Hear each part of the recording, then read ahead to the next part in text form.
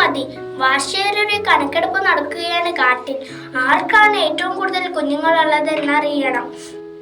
ഒരു പ്രസവത്തിൽ തന്നെ അനേകം കുഞ്ഞുങ്ങളെ പ്രസവിക്കുന്നവർ ധാരാളമുണ്ടല്ലോ.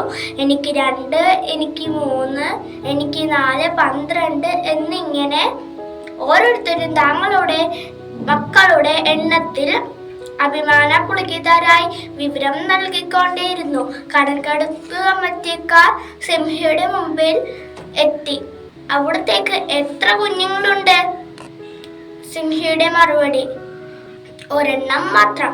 പക്ഷേ അതൊരു സിംഹമാണ്. അയ്യോ, ഒരെണ്ണം മാത്രമോ? കണക്കെടുപ്പ് കമ്മിറ്റിക്കാർ അത്ഭുതം കൂറി. എണ്ണത്തിലല്ല കാര്യം, ഗുണമാണ് പ്രധാനം.